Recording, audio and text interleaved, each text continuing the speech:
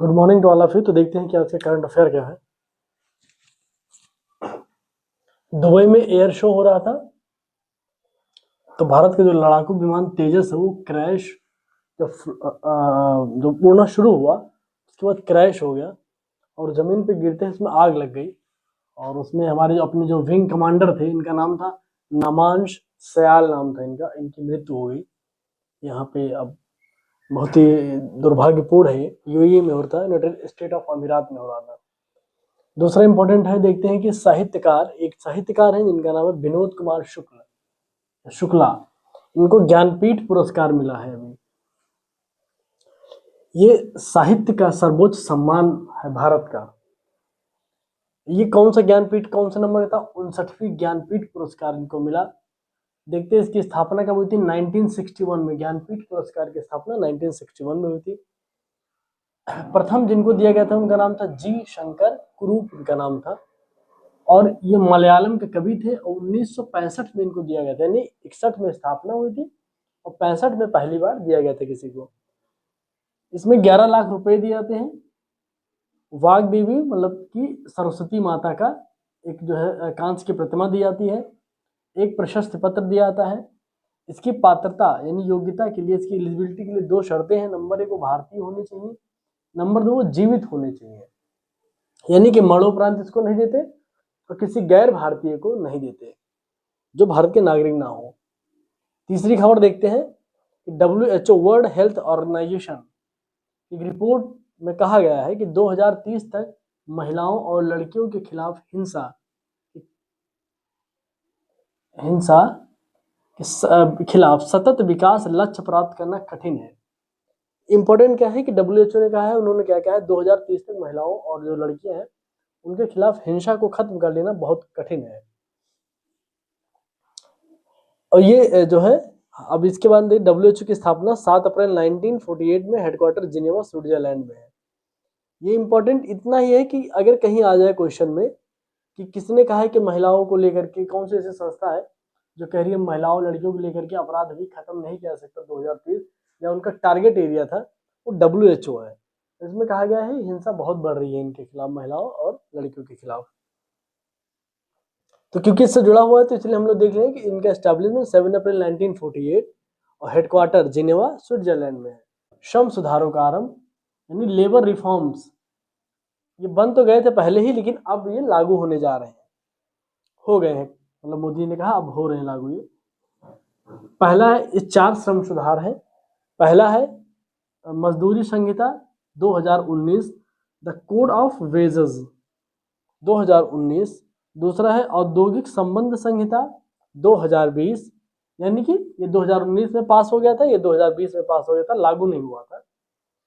The industrial relations code 2020, सामाजिक सुधार संहिता 2020, the code on the social security 2020, व्यावसायिक सुरक्षा स्वास्थ्य एवं कार्य दशाएं संहिता 2020, इसको इंग्लिश में कहते हैं the occupational safety healthy and working conditions code 2020 यानी 2020। तो ये रहा कि अब अच्छा, इसमें ये है कि इसमें बहुत सारी चीज़ें हैं जिसमें बदलाव किया गया है, वो उसका मैं एक वीडियो बनाऊंगा डिटेल में इसका, क्योंकि मेरे पास सारा उसका इन्फॉर्मेशन है, क्योंकि इसमें कवर करना बहुत मुश्किल होता है, बहुत सारी डेटा उसमें।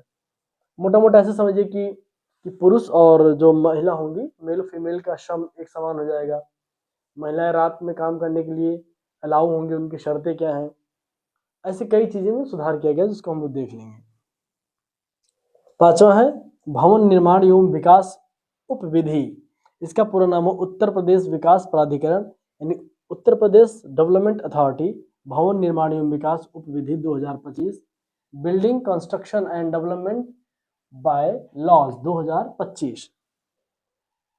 तो इस ये बता रहा हूँ। ये दूसरा है कि आदर्श जोनिंग रेगुलेशन 2025। ये 2 ऐसे अधिनियम एक्ट बन गए हैं उत्तर प्रदेश में जो भवन निर्माण को लेकर के आदर्श जोनिंग रेगुलेशन को लेकर के बनाए गए हैं। इसमें अभी 3-4 महीने पहले ही पास किया गया है उत्तर प्रदेश से, इसको पास कर दिया गया है, बट इसमें कुछ डाउट्स थे और कुछ सुधार भी किए गए हैं। उसी को लेकर के कि क्या डाउट था, क्या सुधार किया गया, वो पेपर में था। हम लोग के इम्पोर्टेंट ये है कि उत्तर प्रदेश भवन निर्माण विकास अधिनियम पूरा आपको जानना चाहिए, क्योंकि 2 पेपर है, इनमें लिखना पड़ेगा मेंस में आपको। आदर्श दैनिक रेगुलेशन क्या है ये भी आपको डिटेल में जानना है, कैसे क्या चीजें होंगी इसमें। छठा है कि सहकारिता विभाग की बैंकिंग संस्था, जिसको Uttar Pradesh state cooperative bank limited यूपीसीबी बोलते हैं इसको, इनकी 23 जिलों में अभी तक 40 शाखाएं चल रही थी। अब जो 52 जिले में भी इनकी शाखाओं को ओपन किया जाएगा, खोली जाएंगी। तो अब इसमें इंपॉर्टेंट क्या है कि ये नाबार्ड से सहमति मांगी जाएगी और आरबीआई से स्वीकृति के लिए प्रक्रिया आगे बढ़ा दी गई इसमें।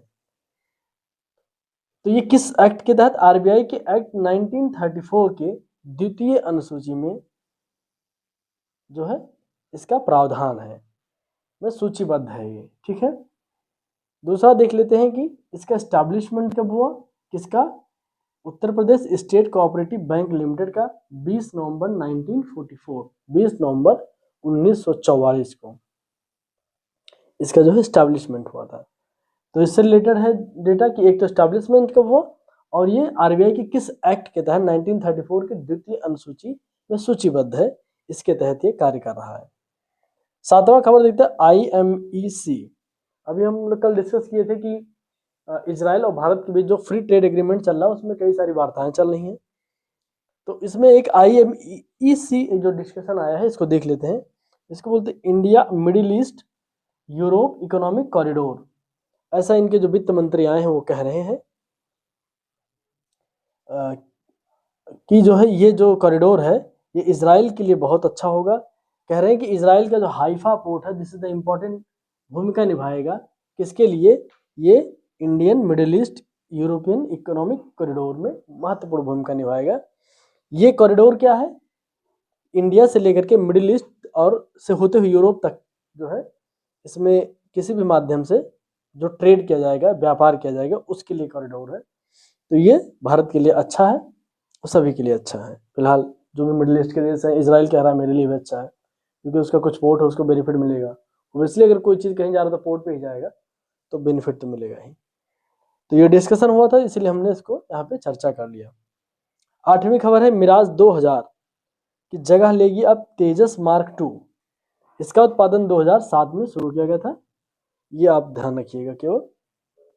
और इसका स्पेशलाइजेशन है इसमें टेक में आपको देखना पड़ेगा, साइंस मतलब टेक्नोलॉजी में, यानी कि डिफेंस टेक्नोलॉजी में आपको देखना पड़ेगा। G20 जोहानिसबर्ग बोलते हैं इसको, दक्षिण अफ्रीका में जो G20 सम्मेलन शुरू हो गया है। इसकी थीम लाइन, मोदी जी वहां पहुंच गए हैं, स्वागत हो गया बढ़िया से। इसकी थीम लाइन देख लेते हैं, एकजुटता, समानता, सतत विकास, यानी सॉलिडरिटी, इक्वालिटी एंड सस्टेनेबिलिटी इसकी थीम लाइन है।